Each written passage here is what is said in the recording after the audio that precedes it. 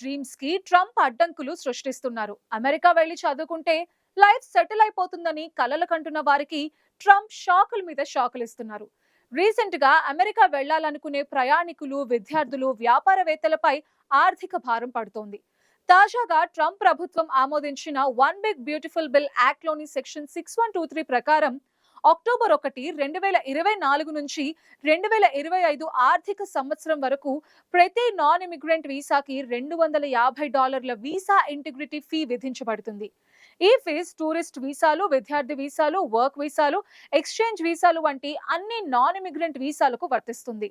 అయితే ఈ ఫీజు అంతర్జాతీయ విద్యార్థులను యుఎస్ లో చదువుకోకుండా నిరుత్సాహపరుస్తోందని పలు యూనివర్సిటీస్ ఆందోళన వ్యక్తం చేస్తున్నాయి.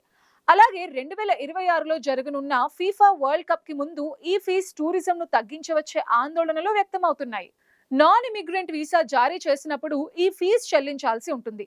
ప్రస్తుతం ఈ ఫీజు $250 నుండి స్టార్ట్ అవుతోంది.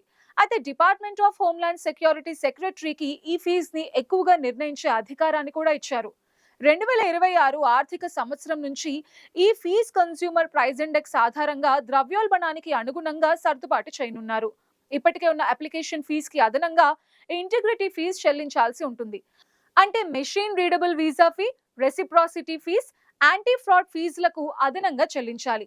భారతీయ పౌరులకు ప్రస్తుతం B1, B2 వీసా ఫీజు $185 ఉంటే కొత్తగా $250 ఫీజు, $241.94 ఫీజుతో పాటు ఈఎస్టీఏ $13 ఫీజుతో కలిపి మొత్తం ఖర్చు సుమారు $472కి చేరుకోనుంది. ఈ వీసా ఇంటిగ్రిటీ ఫీజు అన్ని నాన్ ఇమిగ్రెంట్ వీసా హోల్డర్స్ కి వర్తిస్తుంది. అంటే అమెరికాకు వెళ్లే టూరిస్టులు, వ్యాపారవేత్తలు, అంతర్జాతీయ విద్యార్థులు, తాత్కాలిక కార్మికులు ఈ ఫీజు చెల్లించాల్సి ఉంటుంది. ఇందులో B1, B2 tourist, business, F1 student, H1B work, J1 exchange visitor visas ఉన్నాయి. వీసా వైవర్ ప్రోగ్రామ్ కింద యుఎస్ కి 90 రోజుల లోపు సందర్శన కోసం వీసా అవసరం లేని దేశాలైన ఆస్ట్రేలియా, జపాన్, సింగపూర్, అనేక యూరోపియన్ దేశాల పౌరులు ఈ ఫీజు చెల్లించాల్సిన అవసరం లేదు. అలాగే డిప్లొమాటిక్ వీసాలు కలిగిన వారిని కూడా ఈ ఫీజు నుంచి మినహాయించారు. 2024 ఆర్థిక సంవత్సరంలో యుఎస్ సుమారు 11 మిలియన్ నాన్ ఇమిగ్రెంట్ వీసాలను జారీ చేసింది. దీంతో ఈ ఫీజు ప్రపంచ వ్యాప్తంగా మిలియన్ల మంది ప్రయాణికులపై ప్రభావం చూపించనుంది. వీసా నిబంధనలను ఉల్లంఘించకుండా చూసుకోవడంతో పాటు ఇమిగ్రేషన్ విధానాలను బలోపేతం చేయడం కోసం ఈ వీసా ఇంటిగ్రిటీ ఫీజుని తీసుకొచ్చారు. ఒక రకంగా ఈ ఫీజు కంప్లైన్స్ బాండ్ గా పనిచేస్తుంది. వీసా హోల్డర్ తమ వీసా నిబంధనలను పాటిస్తే వారు ఈ $250 రిఫండ్ గా పొందవచ్చు. రిఫండ్ పొందడానికి వీసా హోల్డర్ తను అనుమతించిన బస వ్యవధిలో యుఎస్ ని విడిచి వెళ్ళాలి లేదా చట్టబద్ధంగా వీసా స్థితిని మార్చుకోవాలి. అయితే ఈ రిఫండ్ ప్రక్రియపై ఇంకా స్పష్టమైన విధి విధానాలు ఖరారు కాలేదు. అయితే ఈ ప్రక్రియను అమలు చేసేందుకు డిపార్ట్మెంట్ ఆఫ్ స్టేట్ కి చాలా సంవత్సరాలు పట్టవచ్చని యుఎస్ కాంగ్రెస్నల్ బడ్జెట్ ఆఫీస్ అంచనా వేసింది. అయితే ఈ ఫీ రిఫండ్ ఇవ్వటం కష్టమని, దీన్ని నాన్ రిఫండబుల్ గా పరిగణించాలని ఇమిగ్రేషన్ న్యాయవాదులు సూచిస్తున్నారు. ట్రంప్ సర్కార్ కొత్తగా తీసుకొచ్చిన ఈ ఫీజు విదేశీ విద్యార్థులపై తీవ్ర ప్రభావం చూపనుంది. భారతదేశం వంటి వీసా వైవర్ ప్రోగ్రామ్ లో లేని దేశాల నుండి వచ్చే విద్యార్థులపై ఆర్థిక భారం పడనుంది. F1 వీసా ఫీజు ప్రస్తుతం $185 ఉంటే కొత్తగా $250 ఫీజుతో ఇది 45% పెరిగి మొత్తంగా $435కి చేరుతుంది. ఇందులో ఇతర ఖర్చులు, ట్రావెల్ ఖర్చులు, ట్యూషన్ ఫీజులు కూడా ఉంటాయి. దీనివల్ల యుఎస్ లో చదువుకోవడం మరింత ఖరీదైనదిగా మారుతుంది. భారత్ నుండి 2024లో 4,20,000 మంది విద్యార్థులు యుఎస్ లో చదువుతున్నారని అంచనా వేస్తున్నారు. ఈ ఫీజు వారికి అదనపు ఆర్థిక భారాన్ని కలిగిస్తుంది. ఈ ఫీజు విదేశీ విద్యార్థుల సంఖ్యను తగ్గించవచ్చని, ఇది యుఎస్ విద్యా రంగంపై దీర్ఘకాలిక ప్రభావం చూపవచ్చని యూనివర్సిటీస్ ఆందోళన వ్యక్తం చేస్తున్నాయి.